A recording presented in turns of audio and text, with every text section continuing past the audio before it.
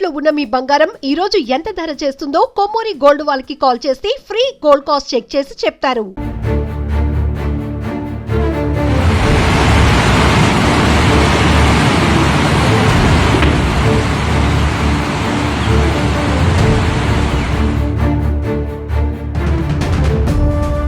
ఆఫ్ఘనిస్తాన్ అల్లకల్లోలంగా మారింది. మరొకసారి ప్రకృతి విపత్తు అక్కడ అతలాకుతలం చేసింది.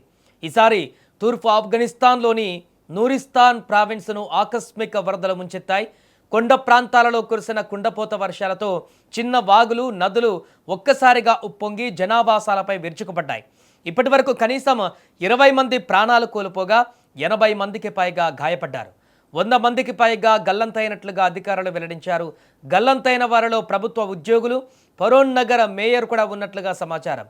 మృతుల సంఖ్య మరింత పెరిగేటువంటి అవకాశం ఉందని అధికారులు కూడా ఆందోళన వ్యక్తం చేస్తున్నారు.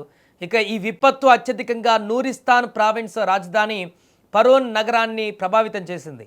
ఎడతెరిపి లేకుండా కురిసిన భారీ వర్షాలతో కొండలపై నుంచి భారీగా వరద నీరు ఒక్కసారిగా పట్టణంలోకి దూసుకువచ్చింది.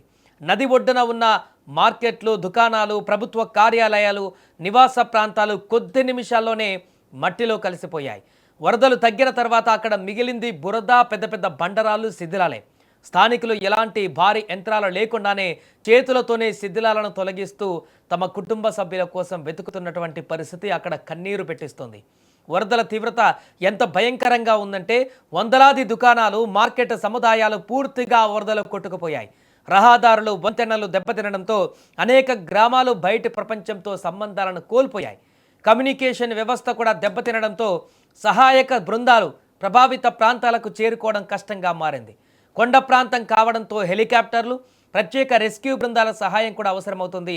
గల్లంతైన వారి కోసం గాలింపు కొనసాగుతున్నప్పటికీ పరిస్థితులు సహాయక చర్యలకు పెద్ద సవాలుగా మారాయి. తాలిబాన్ ప్రభుత్వం అత్యవసర సహాయక చర్యలను ప్రారంభించింది.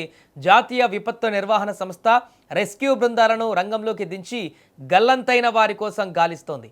బాధితులకు తాత్కాలిక ఆశ్రయాలు, ఆహారం, తాగునీరు, వైద్య సహాయం అందిస్తామని ప్రభుత్వం ప్రకటించింది.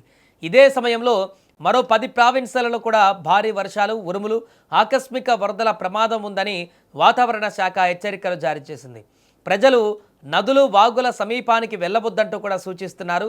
ఆఫ్ఘనిస్తాన్కు ఆకస్మిక వరదలు కొత్త కాదు. అయితే వాతావరణ మార్పులు, అడవుల నరికివేత, బలహీనమైన మౌలిక వసతులు, దశాబ్దాలుగా కొనసాగుతున్న యుద్ధాల ప్రభావంతో ఇలాంటి ప్రకృతి విపత్తులు మరింత తీవ్రంగా మారుతున్నాయని నిపుణులు చెబుతున్నారు.